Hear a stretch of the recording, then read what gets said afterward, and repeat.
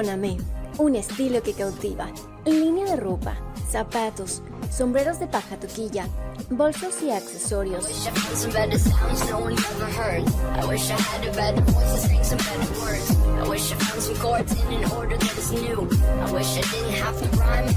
Bonamé, de Ecuador para el mundo. Rocket Queen, tu solución tecnológica. Páginas web, redes sociales, transmisiones de tus eventos. Todo para tu computador y tus sistemas. Tienda de belleza Lola Beauty Shop. Maquillaje americano a excelente precio. Crea TV, productora audiovisual, fotografía profesional, videos comerciales e institucionales, producciones y más. Código Atelier. Creamos identidad corporativa. Diseños fashionistas con alta calidad en manufactura, con textiles certificados. Código Atelier, uniformes y publicidad para tu empresa.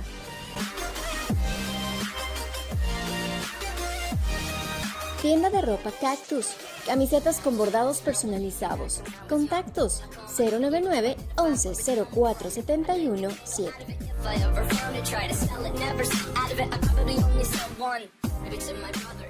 Ordóñez y Ordóñez, firma de abogados. Profesionales sólidamente confiables, con experiencia y prestigio. Elige a los mejores. Ordóñez y Ordóñez, firma de abogados desde 1873. Buenas noches, público oyente. Nuevamente bienvenidos a un programa más, Prevención, Salud y Vida, transmitido cada 15 días, los miércoles a las 20 horas. Agradecemos el espacio brindado por Radio Online La Mirilla S. El día de hoy estaremos hablando sobre cirugía para la diabetes y obesidad igual cirugía metabólica. Esta noche contamos con profesionales muy destacados de Ecuador y México, con reconocimiento nacional e internacional en varias ramas de sus estudios. Dicho programa será dirigido por mi persona, el doctor Cristian Osvaldo Castillo Cabrera, especialista en cirugía general con alta especialidad en laparoscopía avanzada, cirugía bariátrica y cirugía robótica, con múltiples diplomados en nutrición, nutrición bariátrica, obesidad, diabetes e investigación. Hoy nos hemos reunido con profesionales de muy alto nivel, muy grandes amigas además, para formar un panel de diálogo sólido, de calidad, para el mejor entendimiento de las nuevas tecnologías y tratamientos para la diabetes, sobrepeso y obesidad, a personas que lo tengan y pacientes que se encuentren en protocolos de cirugía bariátrica metabólica o cirugía para la pérdida de peso y sus enfermedades. Les presento a la doctora Marcia Janet Bermeo Cabrera. Ella es de Cuenca, Ecuador, tiene una especialidad en medicina interna por la Universidad Estatal de Cuenca, cuenta con una subespecialidad en México de endocrinología en el Instituto Salvador Subirán por la UNAM, tiene una alta especialidad en México de obesidad en el Hospital Salvador Subirán por la UNAM, tiene también otra alta especialidad en enfermedades tiroideas por el mismo hospital, avalados por la Universidad Nacional Autónoma de México. Actualmente es profesora en Ecuador, docente de la Facultad de Ciencias Médicas de la Universidad Estatal de Cuenca. Como cargo, ella es médico tratante del Hospital del Río y Clínica España. También es médico tratante del Hospital Municipal del Niño y la Mujer. Estimada doctora Janet Bermeo, buenas noches. Buenas noches, doctor Cristian. Para mí un gusto colaborar en su programa y pues esperamos brindarle la mejor información a los pacientes sobre estos temas a tratar. Muchísimas gracias. La doctora Janet Bermeo está en Cuenca, Ecuador. Ella trabaja en el Hospital del Río, en el consultorio 327. Su celular es el 096-1981-203. De la misma manera, les presento a una gran profesional y amiga, y con una gran trayectoria, les presento a la doctora Josefa Elizabeth Palacio Río Frío. Ella es una doctora lojana que actualmente radica en Guayaquil, Ecuador. Ella cuenta con una especialidad de medicina interna por el Hospital Luis Bernaza, Guayaquil, tiene una subespecialidad en México por el Hospital General de México, avalado por la UNAM, tiene una alta especialidad en México en diabetes y metabolismo por el Hospital Salvador Subirán por la UNAM, cuenta con un diplomado en gerencia en salud por la Universidad Nacional de Loja, es profesora del proyecto Hecho Educación en Diabetes Tipo 1 Online para médicos de atención primaria en la Universidad de Stanford y la Universidad Tecnológica Equinoccial. Como cargo, ella es endocrinóloga del Hospital Luis Bernaza, la Clínica Sotomayor y OVNI en el OVNI Hospital. También es miembro del staff de médicos de campo Amigo Ecuador para niños con diabetes mellitus. Doctora Palacio, buenas noches. Buenas noches, doctor. Buenas noches, Janet. Es un gusto enorme poder compartir los siguientes minutos y, pues, sobre todo felicitar por esta gran iniciativa que lo que busca es educar a la comunidad para tomar las decisiones correctas en el tratamiento de las enfermedades crónicas, como son la diabetes y la obesidad. Muchísimas gracias, doctora Palacio. La doctora Palacio trabaja en el Homni Hospital. Su celular es del 093-9962-293. Pueden localizarle en ese teléfono a la doctora Palacio. Bueno, continuamos. No es fácil acortar todos los currículums de nuestros ponentes, debido a que son personas muy capacitadas a nivel nacional e internacional. A través del tiempo, el paciente diabético ha tomado medicamentos y ha utilizado insulina para tratar de controlar esta enfermedad. Sin embargo, muchos de ellos no lo han conseguido, llegando a tener complicaciones como insuficiencia renal, amputaciones, neuropatías, disfunción eréctil, ceguera, riesgo de accidentes cerebrovasculares, entre otras causadas por la cronicidad y el empeoramiento de la diabetes. Tanto la obesidad como la diabetes son los dos problemas sanitarios fuera de control y con un costo sanitario muy significativo. El principal factor de riesgo para el desarrollo de una diabetes mellitus es padecer obesidad, y cerca del 90% de los pacientes con diabetes mellitus tienen sobrepeso u obesidad. Hoy, gracias a una cirugía mínimamente invasiva, la diabetes tipo 2 es mejorada o curada, según los criterios que vamos a conocer a continuación de las doctoras. La cirugía metabólica para pacientes diabéticos se ha convertido en la mejor opción para frenar esta enfermedad. La cirugía bariátrica metabólica pone en evidencia las limitaciones del tratamiento médico de la obesidad en la actualidad y nos hace plantear importantes cuestiones, tales como: debemos ofrecer tratamiento quirúrgico a los pacientes con diabetes y obesidad cuando fracasa el tratamiento médico. ¿Qué lugar debe ocupar la cirugía bariátrica en el algoritmo de la diabetes mellitus? ¿Qué técnicas quirúrgicas serían las más indicadas y a qué índice de masa corporal debe recomendarse? Todas estas son preguntas que nos vamos a responder el día de hoy con nuestros queridos ponentes. Los pacientes sometidos a este procedimiento logran mantener niveles normales de glucosa en sangre sin la utilización de medicamentos ni de insulina en muchos de los casos. Además, llegan al control adecuado de los niveles de colesterol, triglicéridos, tensión arterial y peso.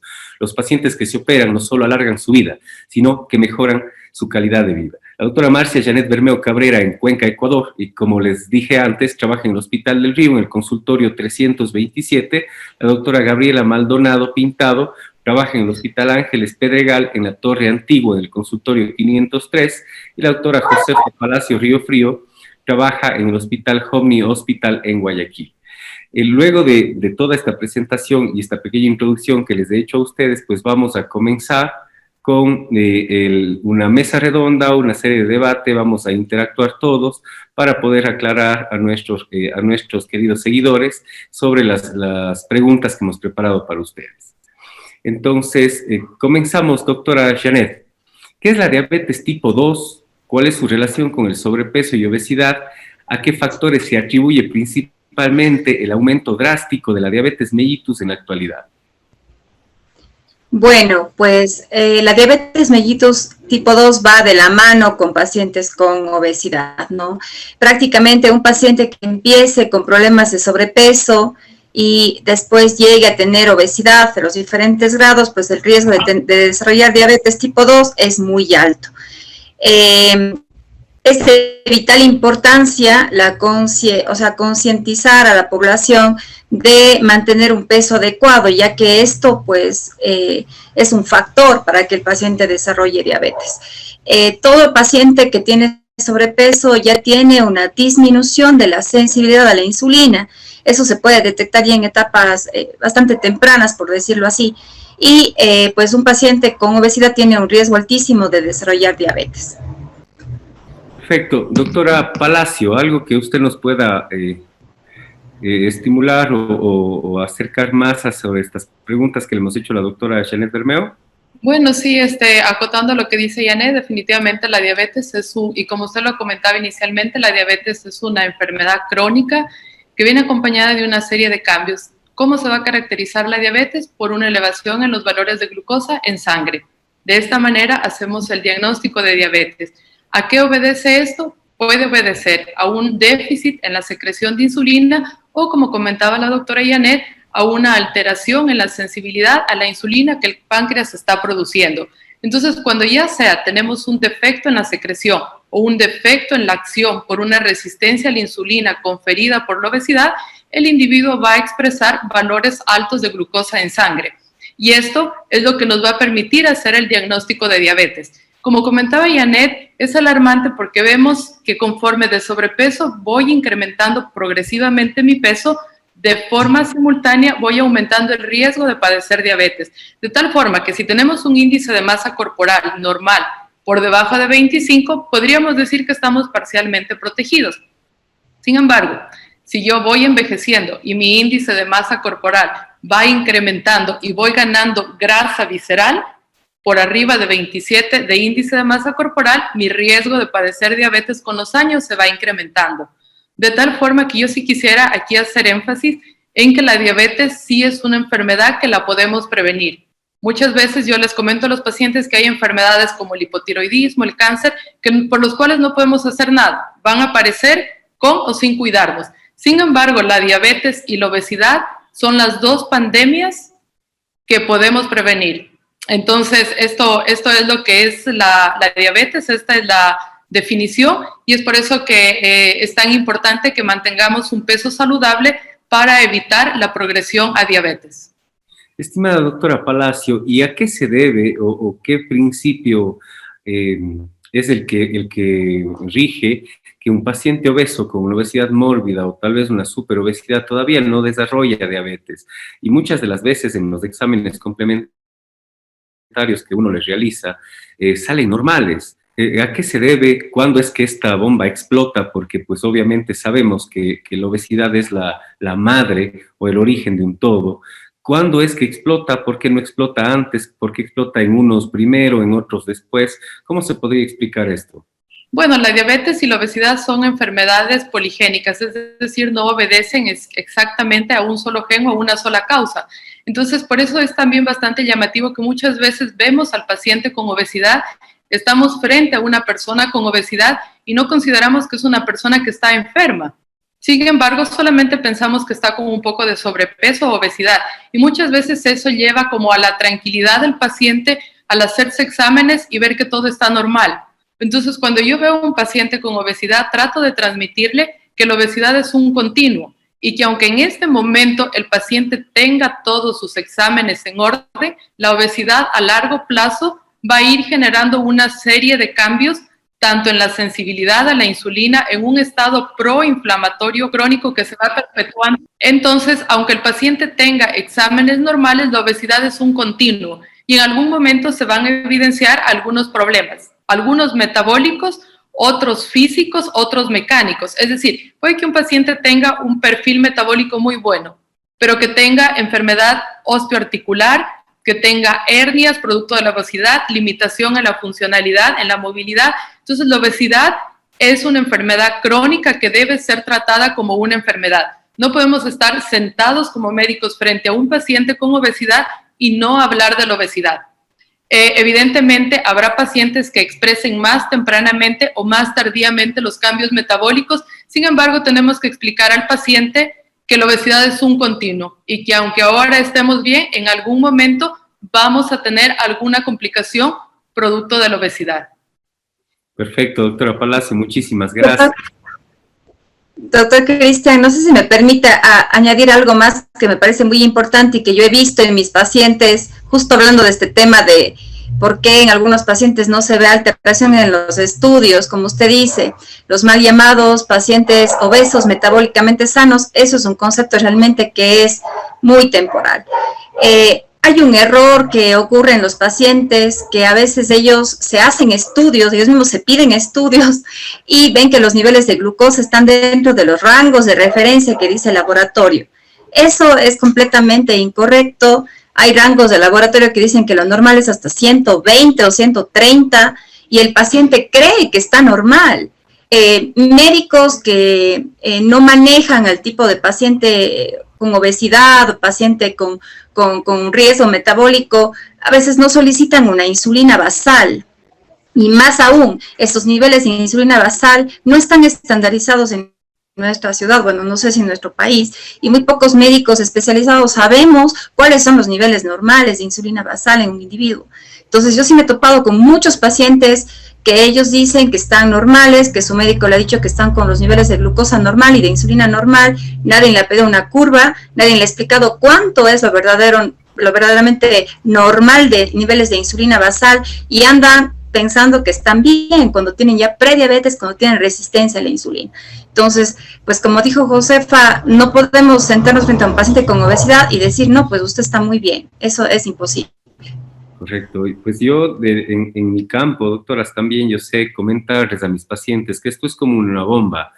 Uno empieza a inflar, inflar, inflar y las enfermedades están dentro de la bomba, hasta que llega un punto en que ya no hay material que se pueda expandir más y eso explota. Entonces, bueno, explota antes, pero pues la resistencia a la insulina y todo lo que ustedes están comentando ya empieza a atacar hasta que rompe el globo y pues obviamente explotan todas las enfermedades que pues nosotros conocemos del origen de la obesidad y el sobrepeso.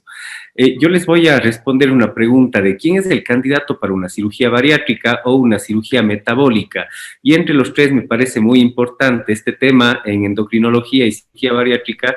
Tiene mucha incertidumbre, como que todavía no hay consensos y no hay como una reunión establecida en la remisión de la diabetes, ya sea total o parcial. Un paciente candidato a cirugía bariátrica, nosotros los cirujanos bariatras nos encaminamos y nos encajamos mucho al índice de masa corporal. ¿Qué es el índice de masa corporal? Es la relación del peso para la talla, y esto nos hace clasificar los diferentes tipos de, ya sea desnutrición, normopeso, sobrepeso y obesidad de las diferentes personas para nosotros poder clasificarles y saber qué grado de obesidad, en el caso de pacientes con obesidad, tiene el paciente. ¿Quién es candidato para una cirugía bariátrica?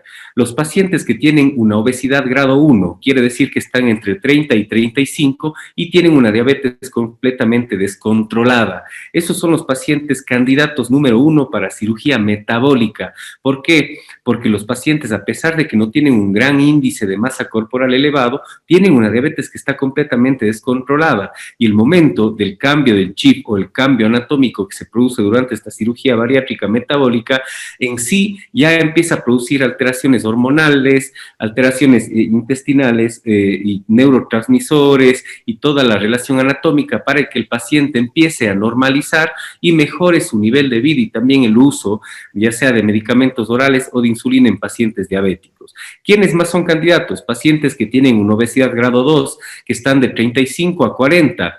Estos pacientes tienen que estar acompañados de cualquiera de las enfermedades de obesidad, ya sea diabetes, hipertensión, daño renal, pacientes que tuvieron infartos anteriores, pacientes que ya tienen algún desgarro, alguna artritis, alguna artrosis, pacientes que tengan ya un riesgo acumulado elevado de cáncer. Recordemos que la obesidad produce cáncer.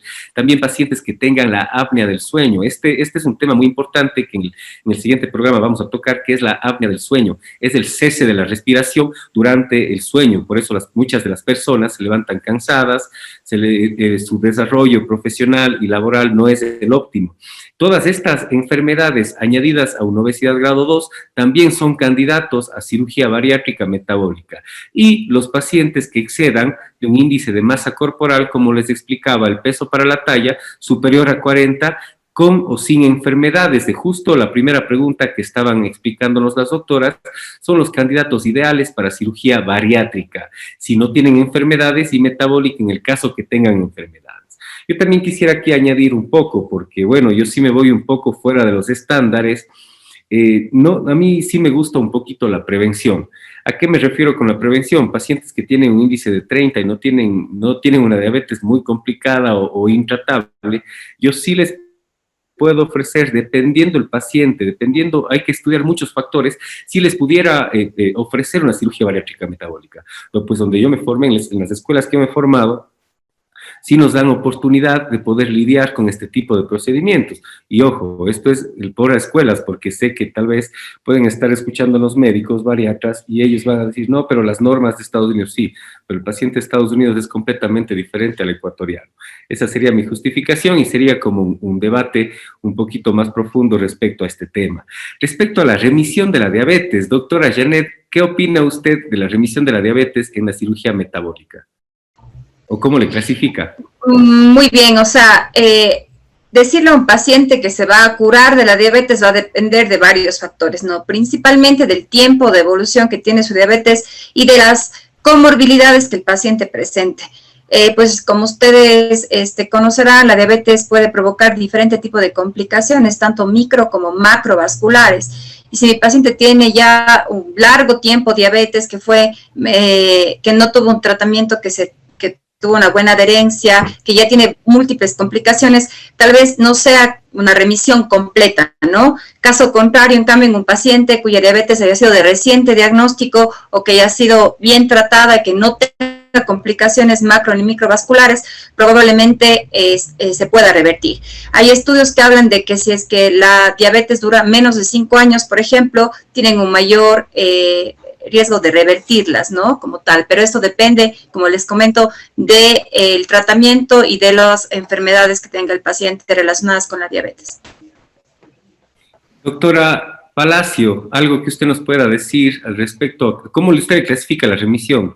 Porque sé que pues para nosotros hay una remisión parcial o total. ¿Cómo ustedes le manejan? ¿Hay 3 criterios o 4 criterios de acuerdo a las organizaciones internacionales para esto? No sé ustedes cómo lo manejen. Sí, definitivamente yo también me acojo a las palabras de Janet y a lo que dice la evidencia, y sí preferiría usar el término de remisión antes que hablar de curación. ¿Por qué? Porque evidentemente decirle que un paciente después de una enfermedad crónica que hicimos un diagnóstico tardío, porque el daño, como lo comentábamos inicialmente, o los cambios empezaron quizá 10 o 20 años antes de que hagamos el diagnóstico de diabetes, decirle que el paciente está curado, creo que sería arriesgar demasiado la salud a futuro de ese paciente. Entonces, yo me acogería a los términos propuestos por la ADA y hablar de remisión. Una remisión parcial, una remisión completa y también hablar de una remisión a largo plazo. Porque vemos también que durante la evolución pueden haber pacientes que inicialmente entraron en remisión parcial o completa, pero conforme pasan los años, la cronicidad de la enfermedad e incluso la adherencia al seguimiento, pueden haber pacientes que reganen peso y con la reganancia de peso reaparezcan sus comorbilidades. Entonces, pues, según los estándares de la Asociación de Diabetes Americana, hablamos de una remisión prácticamente completa si tenemos una hemoglobina glicada por debajo del 6%, una glucosa o glicemias en ayuno por debajo de 100, sin antidiabéticos orales.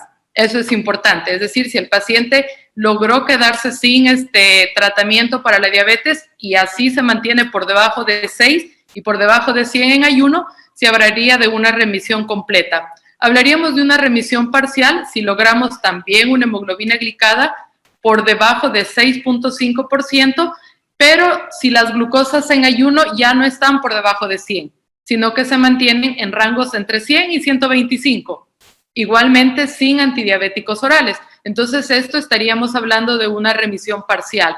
Y ya una remisión prolongada, si el paciente logra mantenerse bajo estos criterios, luego de pasar 5, 8 y, bueno, generalmente la recomendación, más de 5 años después del procedimiento. Entonces, yo creo que sí debemos educar a los pacientes y transmitirles la idea de una remisión. Es importante esto como educación e información, porque sí existe también mucha desinformación y mucha venta de falsas esperanzas, y podría decirlo de forma que puede sonar feo el término, pero hasta quizá estafan a los pacientes que no cumplen criterios para cirugía bariátrica y para remisión de la diabetes y que los llevan a un procedimiento sin las debidas precauciones y sin cumplir todos los requisitos previos. Estamos de acuerdo en que definitivamente es una opción para el tratamiento de la diabetes, pero debe ser dirigida por un equipo. Eso básicamente. Correctamente, doctora Palacio. Quisiera comentarles, doctora Janet y doctora Palacio, que este es nuestro cuarto webinar respecto a cirugía bariátrica. Como nosotros queremos hacer bien las cosas y queremos informar a la población para que no cometa errores, el problema es que un grupo multidisciplinario compuesto por psicólogo, nutriólogo, deportólogo, médico internista, endocrinólogo, neumólogo, cardiólogo, todo esto significa en el ámbito privado dinero, pero la gente no se da cuenta que está entregando su cuerpo cuando no está bien preparado. Por eso nosotros en los programas anteriores, les invito a que lo revisen, hablamos de la parte de psicología y psiquiatría en el paciente pre y post cirugía bariátrica. Luego empezamos a hablar sobre nutrición y ejercicio y deportología pre y post cirugía bariátrica. Ahorita estamos en el campo de la diabetes y todas las comorbilidades que vamos a empezar a tratar en estos programas a continuación, justamente para que no se cometa el error que usted acaba de nombrar, que se mienta a los pacientes, porque eso no es justificado.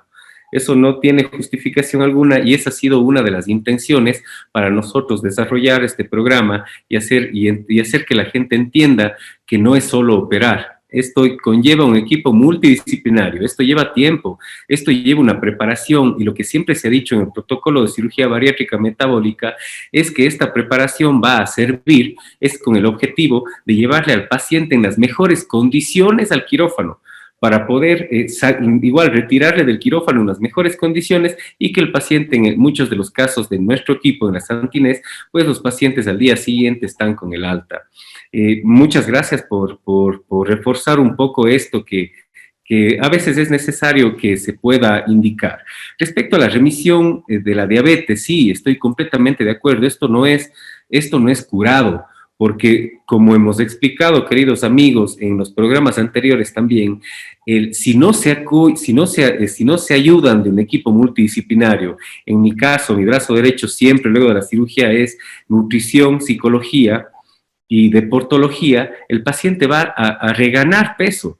Ya sabemos que el periodo de luna de miel de la cirugía es de aproximadamente 1 año y medio, 1 año 8 meses, donde yo sé que el paciente va a bajar de peso, yo lo sé. Entonces, no es justo que el paciente, muchas de las veces cuando no se apoya de psicología o la parte emocional, el paciente come y come y come y come y él se da cuenta que a pesar de que come, él sigue bajando de peso. Pero llega un punto, un stop, donde la luna de miel se termina de la cirugía y el paciente empieza a reganar peso. Y si desaparecieron las enfermedades previas por la pérdida de peso brusca y rápida que produce la cirugía bariátrica, pues inmediatamente empieza a ganar de peso y también empiezan a aparecer todas las enfermedades relacionadas con el sobrepeso y la obesidad. Eso sí es así. Doctora Palacio. Yo quisiera acotar también y que justamente por eso es tan importante el seguimiento post cirugía. Y por eso el no hablar de curación, para que el paciente siga su acompañamiento con el equipo.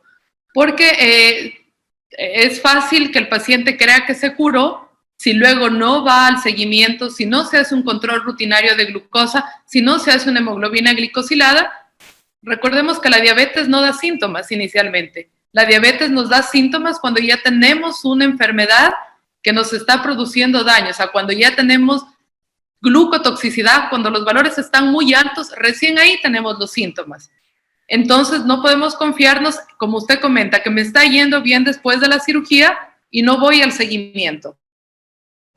Entonces el seguimiento es tan importante como el acto quirúrgico. El preoperatorio es importantísimo porque el que le va bien antes le va a ir bien después. Correcto. Y el después tiene que ser acompañado del equipo. Eso es lo que garantiza el éxito a largo plazo.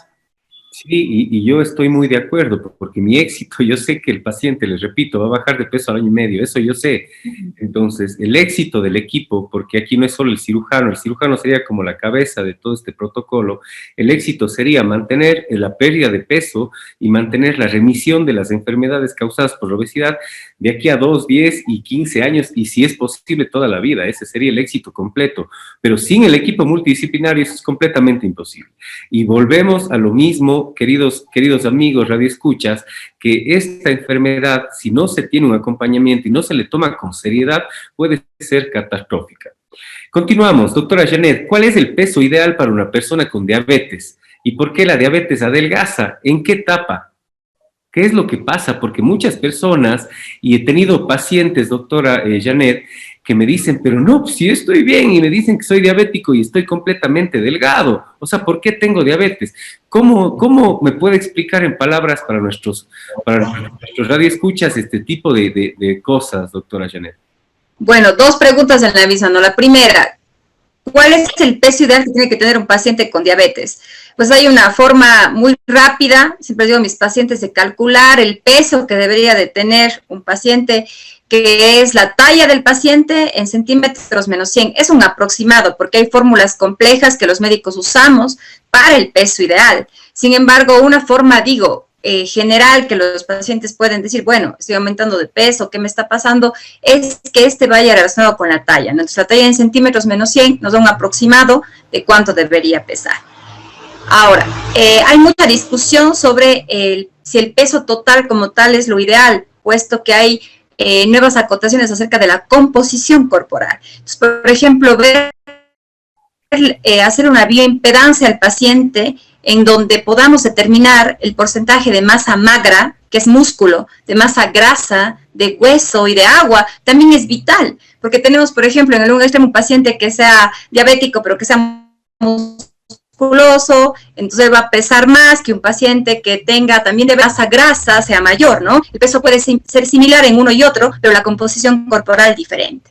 Por eso es necesario, pues, que se acuda con un médico para que le valore esto del peso. Y por otro lado, ¿por qué si un paciente con diabetes adelgaza? Justamente esto es más bien un dato alarmante de descompensación de la diabetes. Cuando un paciente tiene diabetes y tiene algunos síntomas, entre ellos pérdida de peso, es un estado de catabolismo y nos indica una descompensación de su diabetes.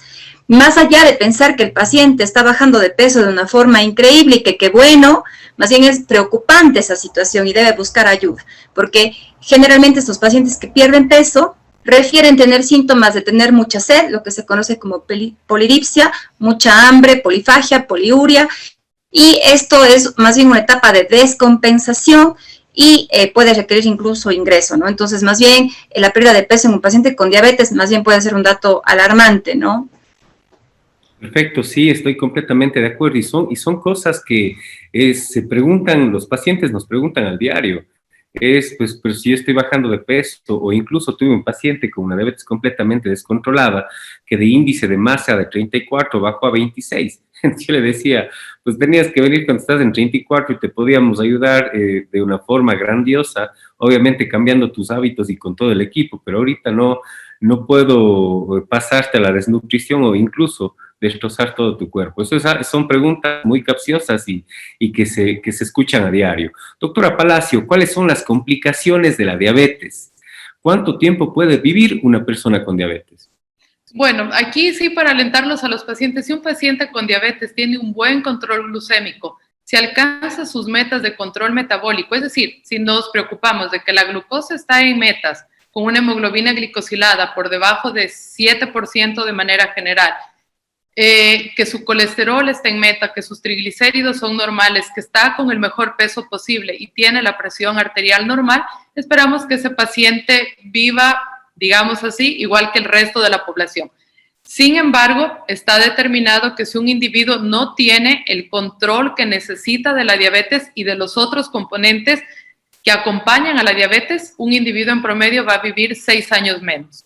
Y si una persona con diabetes ya sufrió un evento, es decir, si una persona ya se infartó a nivel de corazón, cerebro o extremidades, o ya tiene una complicación mayor por la diabetes, pues la expectativa de vida se reduce en promedio 12 años. ¿Qué es lo terrible de esto? Más allá del tiempo en que vamos a vivir, es la calidad de vida que vamos a tener. Porque lamentablemente vemos que la mayoría de pacientes no están en metas de control. Es decir, tenemos medicamentos de muy buena calidad para el manejo de la diabetes, tecnología de punta para el tratamiento de la diabetes, equipos multidisciplinarios. Sin embargo, menos o cerca del 30% de los pacientes con diabetes alcanzan las metas de control metabólico. Entonces, tenemos un 70% de personas que no están en meta y que van a desarrollar complicaciones. ¿Qué complicaciones?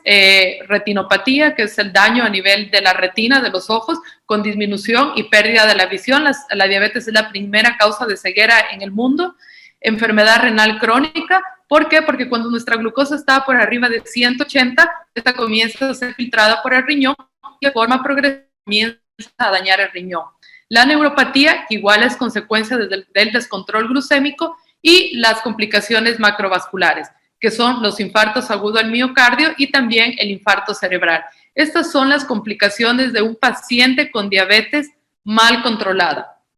Sí quisiera transmitir que con los tratamientos que hoy por hoy hay, el paciente puede alcanzar las metas de control, pero igualmente necesita de un acompañamiento y de adherirse al tratamiento. Las complicaciones son producto del mal control, y no solo de la glucosa, mal control de glucosa, colesterol, triglicéridos, presión y peso. Todo tiene que estar en orden para que el paciente no presente una complicación a largo plazo. La diabetes no duele, como digo. Al principio pasamos 5, 10, 15, 20 años sin ninguna molestia. Cuando empieza la neuropatía, cuando la visión disminuye y cuando ya nos infartamos, ha sido un tiempo amplio de tiempo que ha pasado en el que no tuvimos ninguna molestia y que ya debutamos con una complicación. ¿Por qué? Porque no le prestamos la debida atención a la diabetes desde el principio. Y creemos que solamente estoy con la glucosa alta, pero no siento nada. Ese es un concepto erróneo también.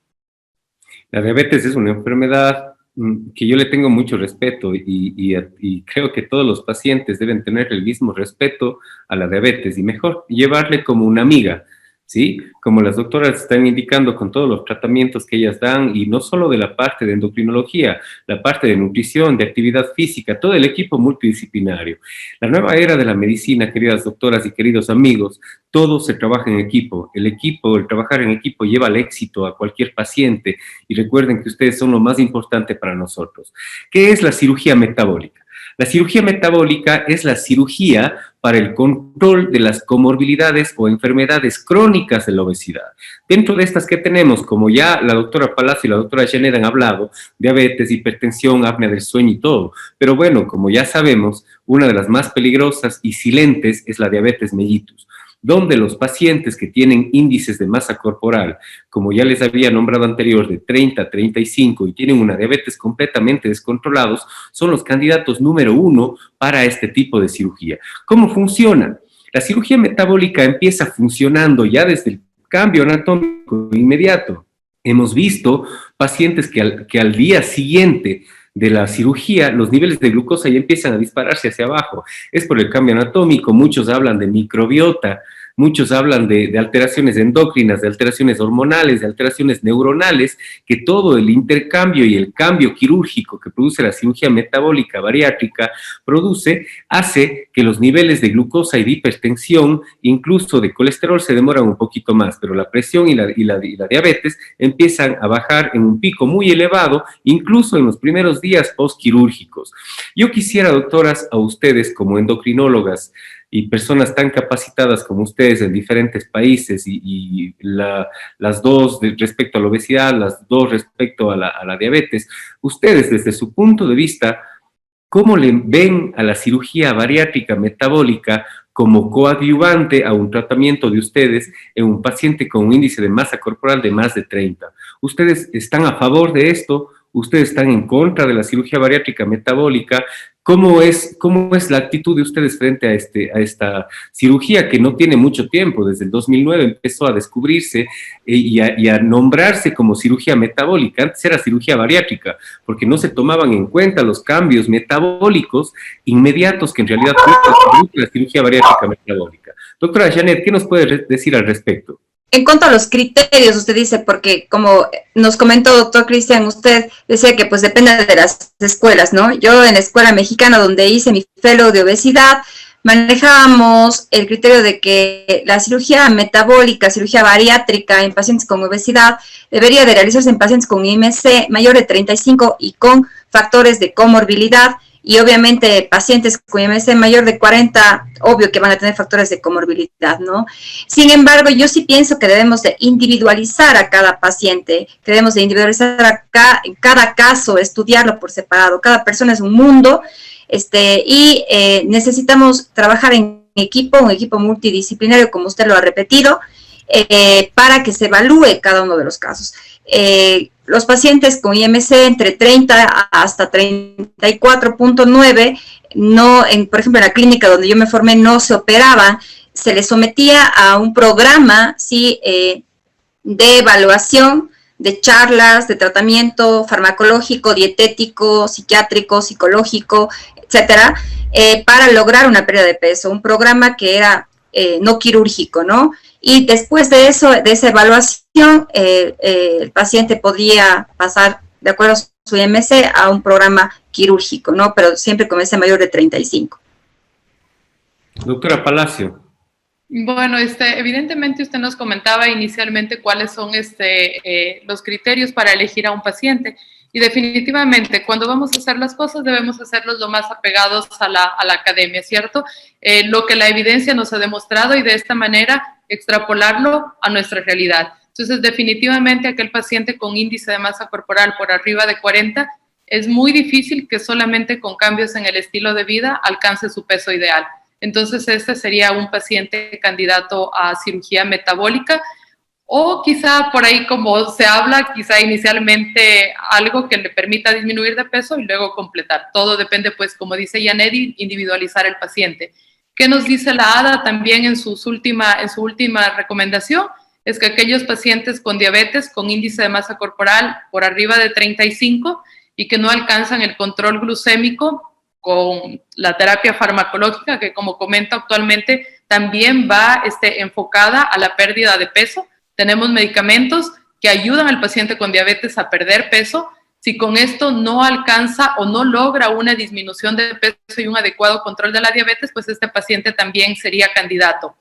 Y aquel paciente que tiene índice de masa corporal por arriba de 30-35, y que tiene una diabetes que no se está pudiendo controlar y no está llegando a las metas, pues también es un candidato. Aquí sí es importantísimo la adecuada valoración del paciente y ver que no tenga alguna contraindicación, o sea, hacer un adecuado análisis del paciente, ver que este paciente no tenga enfermedad renal crónica, saber cuántos años también tiene de diabetes, porque si tenemos un paciente con muchísimos años de diabetes, con deficiencia de insulina, con un péptido C bajo, probablemente, definitivamente no va a haber una remisión completa, y quizá lo que podamos lograr es disminuir la cantidad de tratamiento para la diabetes, o evidentemente podamos tener un mejor control de la diabetes, pero no necesariamente una remisión. Sí clasificar bien al paciente, estar conscientes de que es un paciente con diabetes tipo 2, que no es un paciente con diabetes tipo 1 o diabetes tipo LADA. Los años de evolución de la diabetes, como comentaba Janet al principio, hay algunos factores predictores que nos dicen a qué paciente le va a ir también un poco mejor. Y justamente este es aquel paciente que tiene menos de 8, y si es menos de 5 todavía le va a ir mejor, años con diabetes, que su historia de diabetes desde el diagnóstico no ha sido una diabetes tan descontrolada. Entonces a este paciente también le va a ir mejor, y aquel que logra mantener la pérdida de peso. Entonces sí, apegarnos a las recomendaciones para dar recomendaciones formales según lo que nos dice la evidencia, y evidentemente seguir a cada paciente de forma individual. Habrá pacientes que probablemente, como comentábamos, no tienen diabetes, pero que se benefician de la cirugía por las complicaciones mecánicas de la obesidad. Entonces, cada paciente es un mundo diferente y debe ser analizado los pros y contras.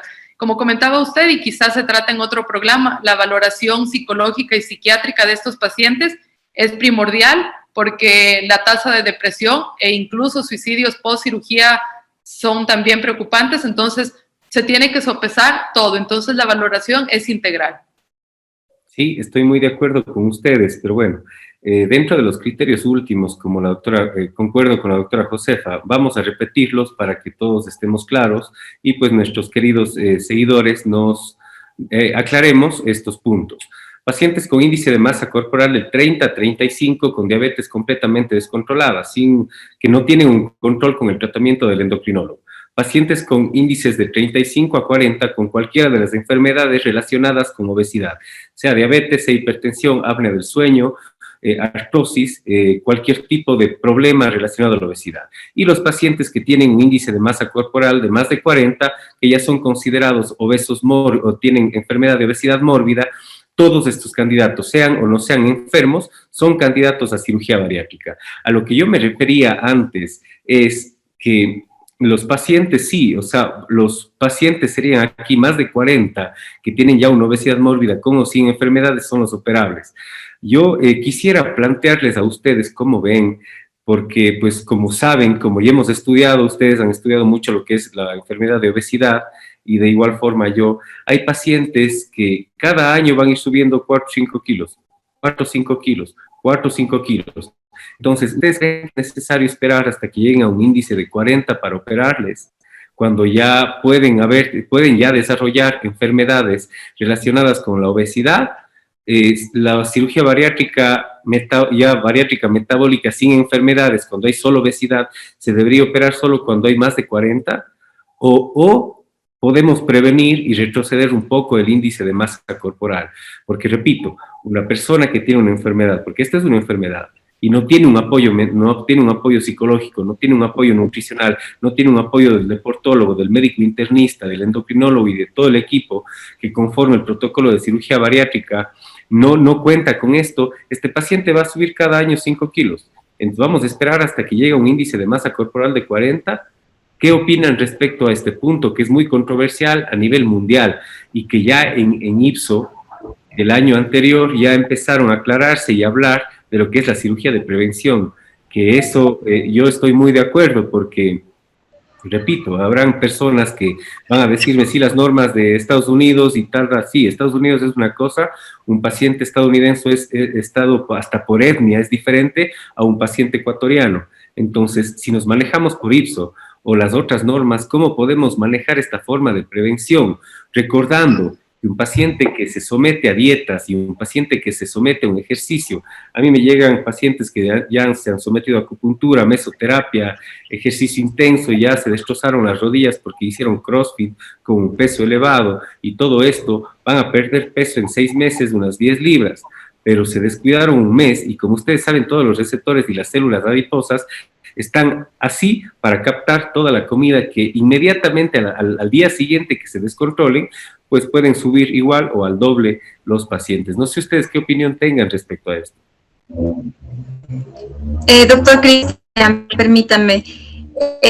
Sí, obviamente no podemos esperar a que un paciente vaya incrementando su MS hasta 40, ¿no? Eso obviamente no sería el objetivo, sino más bien analizar cada uno de los casos de los pacientes. Si tenemos un paciente con índice de masa corporal de 33, que es un paciente que pues nunca ha hecho dieta, nunca ha hecho ejercicio, desconocía la cantidad de carbohidratos que tenía que consumir, etcétera, y tenía un mal estilo de vida, yo pienso que mal hiciéramos como primera instancia sugerirle eso. Si bien ustedes han repetido que obviamente para eso está el manejo multidisciplinario, ¿no? Para ver qué factores tiene que le esté llevando ese incremento de peso. Si yo tengo un paciente con índice de masa corporal de 33 y que cada año, como usted dice, gana 4 o 5 kilos, creo que sería indispensable ver cuál es el fundamento, cuál es la causa para eso. Justamente por eso nos tenemos que apoyar del resto del equipo multidisciplinario. Si ese paciente tiene trastornos de la conducta alimentaria, por ejemplo, así yo le opere, va a seguir incrementando de peso, va después a utilizar tal vez esa alteración que tenga, digamos, de un problema psiquiátrico para que esa cirugía no sea la adecuada.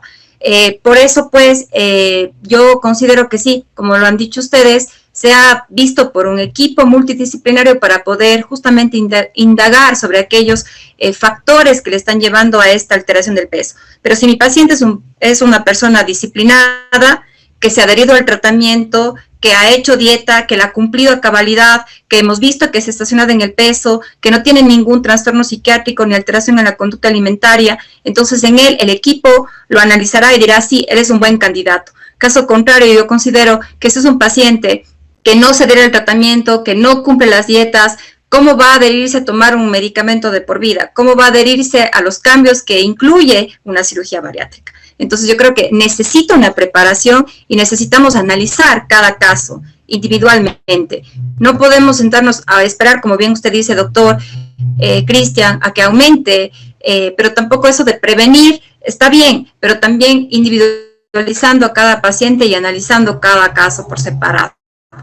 No, claro que sí, eso es muy claro, doctora Janet, pero no, en este caso de yo prevenir, no estaba refiriéndome a operarle, no, nosotros sin el equipo, sin la aprobación del equipo multidisciplinario, sea nutriólogo, psicólogo, y todo el equipo, nosotros no intervenimos a los pacientes. Si este paciente tiene un índice de 30 y nosotros vemos y ya le mandamos a la deportóloga, al psicólogo, al nutriólogo, y ellos empiezan a manejar el paciente, ese es el éxito para él. No es que vaya a cirugía, capaz me expresé mal, sino que el equipo multidisciplinario, quiero decir que nosotros manejamos al paciente no solo de la parte quirúrgica, sino también previa a la parte quirúrgica, y si el paciente se queda ahí y sale adelante, pues qué mejor, obviamente es mucho mejor para el paciente y para todos. Claro.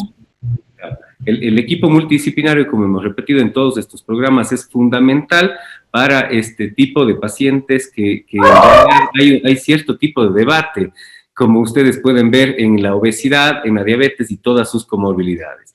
Doctora Palacio, ¿cómo distingo una hipoglicemia de una hiperglicemia? Bueno, en realidad es como bien difícil que de forma solamente es por síntomas yo trate de saber si estoy con valores altos o bajos de glucosa.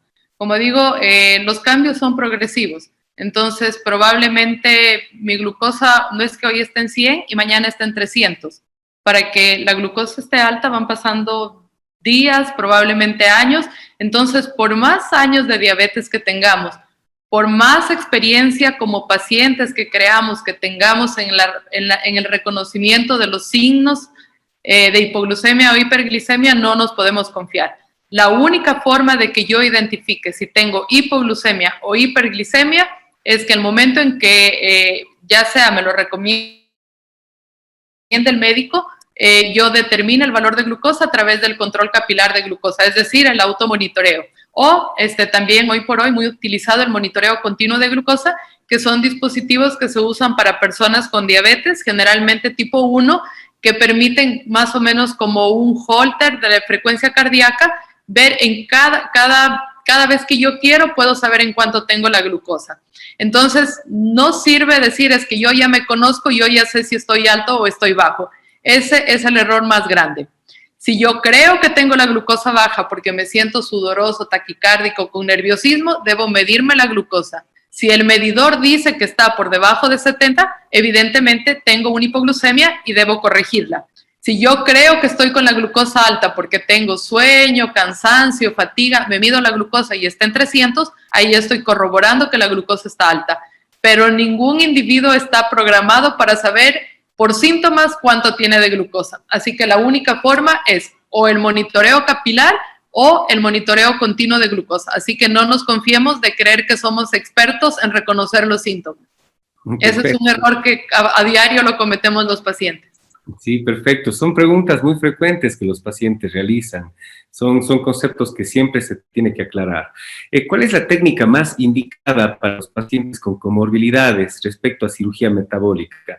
Este es un punto un poquito difícil de acuerdo a la escuela. En Estados Unidos, pues ellos han hecho estudios muy grandes donde la cirugía restrictiva, en este caso, voy a poner como ejemplo la manga gástrica y la cirugía mixta, en este caso, y como ejemplo voy a poner el bypass gástrico, han demostrado que los dos tienen una disminución de peso muy similar y no hay resultados estadísticamente significativos entre el uno y el otro. Pero analizando un poquito más a fondo, la cirugía mixta, malabsortiva o el bypass gástrico, donde le dejas un reservorio muy chiquito de estómago, de menos de la mitad de un vaso de agua, y también le haces malabsorción subiendo el intestino para evitar absorción de los componentes, esta se ha visto que aumenta o prolonga un poco más la pérdida de peso y también prolonga las remisiones de las distintas enfermedades de sobrepeso y obesidad. En este caso, yo sí recomendaría a un paciente diabético con diferente grado de obesidad, luego de haberse estudiado por el equipo, por todos los exámenes de laboratorio, realizarle un bypass gástrico.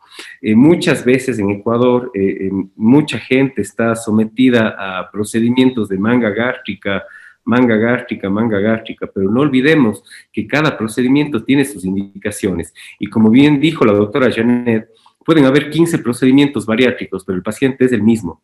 Entonces, si el paciente regana de aquí en 2 años, te vuelvo a operar, si reganas en 4 años te vuelvo a operar. No se trata de eso. Hay muchos procedimientos bariátricos, pero si el equipo multidisciplinario no tomó la batuta desde que llegó el paciente, ese paciente, por más que siga operándose, no va a llegar a un control adecuado de su peso y de todas sus comorbilidades.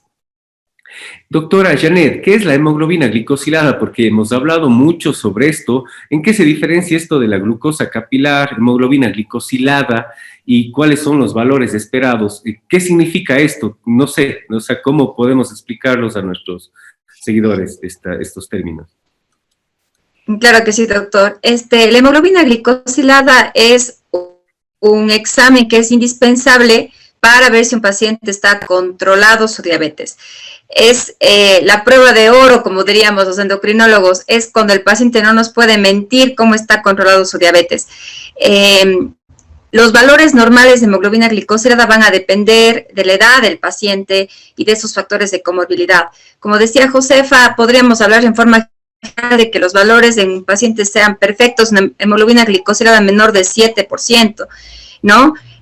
Sin embargo, por ejemplo, en pacientes mayores con problemas cardiovasculares, etcétera, el nivel de hemoglobina glicosilada que esté menor de 8 es el más adecuado. Entonces, este valor de hemoglobina glicosilada hace referencia a la cantidad de glucosa que tiene el lóbulo rojo, y la vida media del lóbulo rojo es de 120 días, o sea, nos mide la glucosa en los últimos 3 meses. La diferencia con la glucosa capilar es que pues, muchas veces el paciente puede incluso ayunar y realizarse una glicemia, la cual puede aportar un valor, digamos, de una glucosa en 100, mientras que la hemoglobina glicosilada puede estar en valores que es como una prueba muy importante para ver si mi paciente está controlado, está en metas. Algo que es importante y por qué estamos repitiendo que debe ser manejado y visto por un equipo multidisciplinario es porque la hemoglobina glicosilada a veces puede variar, tener variaciones que dependen de la biometría o de la hemoglobina de mi paciente. En el caso de pacientes sometidos, por ejemplo, a cirugía bariátrica, ellos van a tener una anemia, puesto que la disminución de hierro y de algunas vitaminas, como vitamina B12, se encuentran afectadas. Entonces, esta anemia, esta reducción en la hemoglobina, también influye directamente en el porcentaje de hemoglobina glicosilada que yo voy a ver en mi paciente. Entonces, también tiene que saberse interpretar, y por eso es importante que sea valorado y visto por un especialista. Doctora Janet, la glicemia capilar es la que usted se hace ese momento, se pincha, y ese momento es glucosa. Y la exacto, se hace en el dedito. Sí, es la que se hace. Ajá. Y la hemoglobina glicosilada, usted dice que no nos pueden mentir los pacientes porque esta relata el estado del paciente de 2 o 3 meses antes. 3 meses, de los últimos 3 meses. Entonces, queridos amigos, pues si la doctora endocrinóloga o cualquier equipo, cualquier parte del equipo les realiza una hemoglobina glicosilada, no hay mentiras. O sea, este examen es muy importante para poder saber cuál es el estado funcional, cómo han estado llevando incluso ustedes su tratamiento, cómo se han estado incluso alimentando y cómo han tenido su seguimiento para poder efectuar incluso hasta cambios en los tratamientos según lo que ustedes vayan a necesitar, ¿verdad? Así es, Cris. Listo. Doctora Palacio, ¿la diabetes mellitus es curable? Ya hablamos de eso, quiénes y por qué. Creo que ese término ya hemos utilizado bastantísimo, que la palabra curable pues no es la palabra adecuada, sino puede ser una remisión parcial o total, y pues que si el paciente no se añade y no se adhiere a un protocolo correcto, sube de peso y puede de nuevo aparecer esta enfermedad. ¿Quién debe operar cirugía bariátrica y por qué? Yo no hubiese querido hablar de esta pregunta. La doctora Gabriela, pues desafortunadamente tuvo una urgencia quirúrgica y no nos pudo acompañar. A ver, la cirugía bariátrica es una cirugía que mejora la vida. Es una cirugía que puede devolverle vida a los pacientes. El problema es que cuando existe una complicación de cirugía bariátrica puede ser completamente desastroso y puede llevar a la muerte a los pacientes. Entonces, si yo me voy a entrenar una semana porque me fui a un congreso de cirugía bariátrica y ya salgo en el consultorio y pongo soy cirujano bariatra, o porque me fui un mes a, no sé, a entrenarme en la China para hacer cirugía bariátrica, yo no estoy preparado para poder manejar las complicaciones que no quisiéramos que a nadie le pase. Entonces, una persona que realice cirugía bariátrica tiene que estar avalado por los colegios, de acuerdo a donde vayan, me refiero a México, Colegio Mexicano de Cirugía para la Obesidad, o incluso, y más seguro, avalado por el colegio y por el CENESID, que es el órgano regulador de los títulos en el Ecuador. ¿Para qué? Para evitar todas las complicaciones que puedan añadirse. ¿Por qué? Porque las escuelas son diferentes y porque la gente que está preparada y realiza cursos formales en cirugía bariátrica va a darte un protocolo adecuado y va a manejar las cosas y tu situación de una forma completamente diferente. Tenemos varias preguntas, doctoras, del público este momento. Siguen diciéndome una pregunta que puede desaparecer la diabetes tipo 2, si mi azúcar en sangre vuelve a ser normal, todavía tengo diabetes. No sé, doctoras, ¿quién me puede ayudar con esa pregunta? Bueno, como lo comentábamos, pues es importante que cuando tenemos una pérdida de peso, en este caso por cirugía bariátrica, yo siga con los controles posteriores. Sin embargo, pues habrá gente también que no se puede operar porque no tiene los recursos. Y en esa gente también la pérdida de peso a través de dieta, ejercicio y terapia farmacológica también va a tener un impacto positivo en el control de la diabetes. Entonces, si definitivamente yo no me puedo operar, pero con la ayuda de un nutricionista, del endocrinólogo y de actividad física, yo logro una pérdida de peso del 10 al 15% y logro mantener esta pérdida con el paso del tiempo, podría tener también un muy buen control de la diabetes y en algunos casos remisión, porque la pérdida de peso es un factor importantísimo.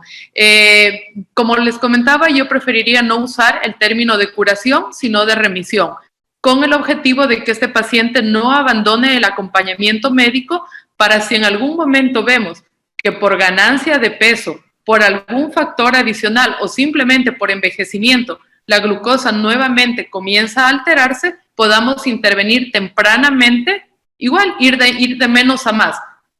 Lo terrible sería que el paciente se pierda y regrese a los 15 años o a los 10 años creyendo que estuvo curado todo este tiempo y nos enfrentemos a un paciente con complicaciones. Entonces, de la forma que yo pueda perder peso y logre mantener esta pérdida de peso, igualmente debo seguir con un acompañamiento para asegurarme que la diabetes se encuentra en remisión o en control, o en qué momento ya debo nuevamente hacer una intervención farmacológica. Perfecto. Hay otra pregunta que se repite varias veces. Doctora Janet, las personas con diabetes que solo toman pastillas, ¿necesitaremos algún día ponernos insulina? Depende si es que el paciente, como dijo ya Josefa, cómo va con su alimentación, cómo ha estado el control de su diabetes. Realmente en la diabetes tipo 2, donde hay una pérdida de la sensibilidad a la insulina, aún hay un poquito de insulina en el paciente. Justamente de esos pacientes son los que se benefician de los tratamientos. Pero si mi paciente no se adhiere al tratamiento, no cuida su alimentación, no hace ejercicio, olvida tomar sus pastillas, es muy probable que esta diabetes vaya avanzando y que la poca reserva, pues si mi paciente es indisciplinado, en algún momento puede llegar a utilizar. No queremos tampoco satanizar, queridos radioescuchas, a que la insulina es malo, es el tratamiento que se da como última opción. En otros países es el primer tratamiento que se utiliza justamente para reservar la insulina en el páncreas. Es el mejor tratamiento de la insulina. La insulina es la hormona que necesitamos para disminuir los niveles de glucosa. Entonces no hay que tenerle miedo, no hay que estar desinformados acerca de la insulina. Es el mejor tratamiento, como les comento, es la hormona que ventajosamente desde 1920 que alguien la descubrió, se acabaron por fin tantas muertes por esta enfermedad, por la, ¿no? Entonces, pues la insulina es el mejor tratamiento, no hay que tenerlo miedo, pero si usted quiere mantener, tomándose la medicación oral para responder la pregunta, lo ideal sería que mantenga, sea disciplinado, tome su medicación, acuda a sus controles, se cuide en la alimentación. Perfecto, doctora Janet. Hay otra pregunta. Me operaron de manga gástrica y nunca me dieron otra opción. Yo tuve reflujo antes de operarme. ahora tengo demasiado reflujo y mi calidad de vida es muy mala, ¿qué puedo hacer? Sí, a ver, la cirugía bariátrica metabólica se divide en varios procedimientos y cada procedimiento va de acuerdo a cada persona, a cada paciente. Antes, analizándole, como hemos repetido miles de veces, el equipo multidisciplinario es básico y también un panel de exámenes muy amplio es muy indispensable para saber qué tipo de procedimientos vamos a ofrecer a los pacientes. Un paciente que tiene reflujo jamás puede ser candidato a una manga gástrica, porque si sabemos que la manga gástrica es hacer un tubo de aproximadamente 10 a 15% del estómago total, pues obviamente puede ese mismo tubito producir mayor presión y producir un reflujo intratable y la calidad de vida ser completamente desastrosa para estos pacientes. Entonces, en el caso de usted, mi querido amigo, sería de, analizarle, realizarle una endoscopía, realizarle un examen que se llame esofagograma para poder observar qué es lo que está pasando y más que nada, si ese reflujo no ha causado daño alguno ya a esa mucosa gástrica o al esófago. Y en el caso que no, y usted esté de acuerdo, pues a esa cirugía hay que convertirla. Esa cirugía de manga gástrica hay que convertirla a un bypass para evitar que el reflujo le pueda causar daño. Recordemos que el ácido o la bilis que sube y baja por el estómago o el esófago, la unión gastroesofágica, puede tener muchos problemas e incluso llevar al cáncer en algunas circunstancias. Entonces, lo más recomendable sería acudir a un profesional que le pueda ayudar en respecto a este caso y pues salir adelante con su enfermedad y que ahorita tiene reflujo y pues es la mejor opción. Hay la última pregunta, disculpen por la hora. Si soy diabético, ¿debo controlar también la hipertensión arterial y el colesterol?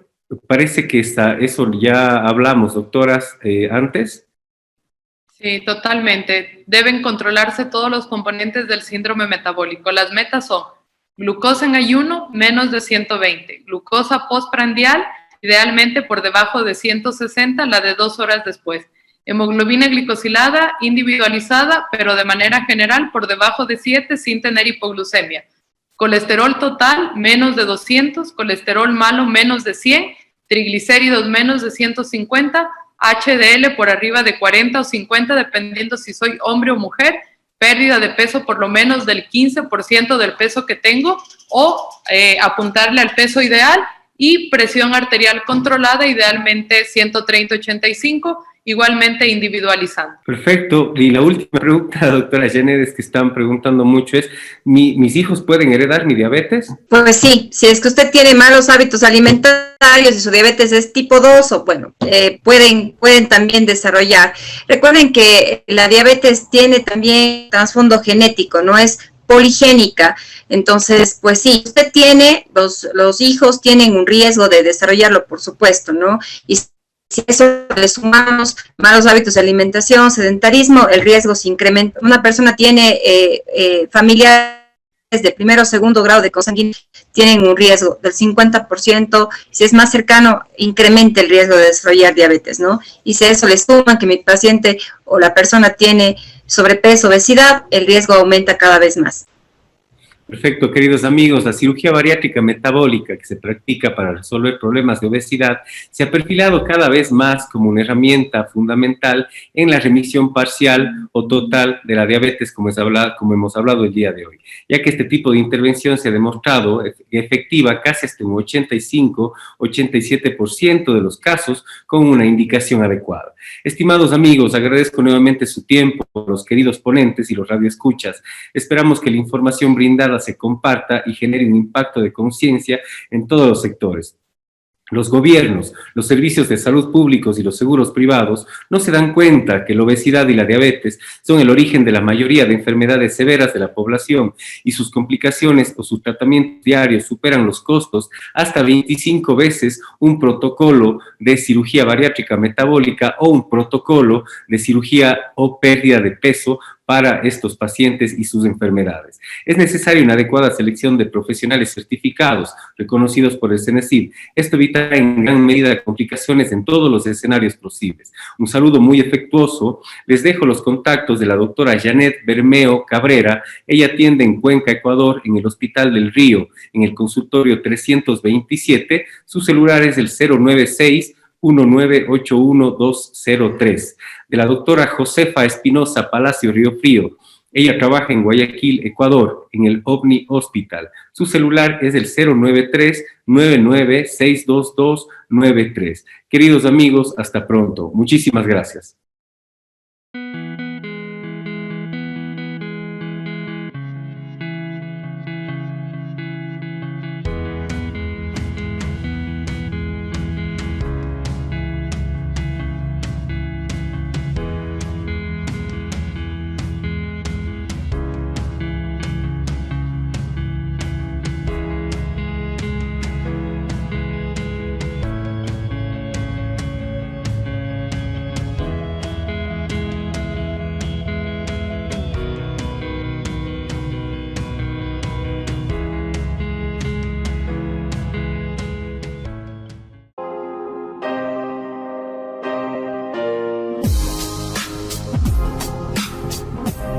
Bonamé, un estilo que cautiva.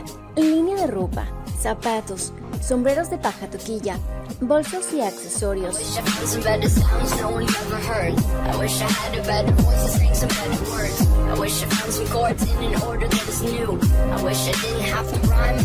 Bonamé, de Ecuador para el mundo.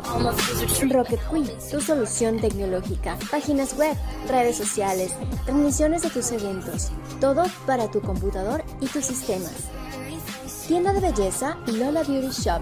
Maquillaje americano a excelente precio. Crea TV, productora audiovisual, fotografía profesional, videos comerciales e institucionales, producciones y más. Código Atelier. Creamos identidad corporativa. Diseños fashionistas con alta calidad en manufactura, con textiles certificados. Código Atelier, uniformes y publicidad para tu empresa.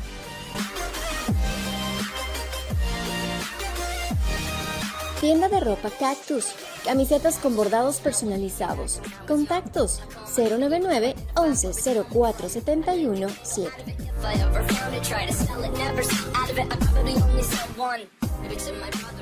Ordóñez y Ordóñez, firma de abogados. Profesionales sólidamente confiables, con experiencia y prestigio. Elige a los mejores. Ordóñez y Ordóñez, firma de abogados desde 1873.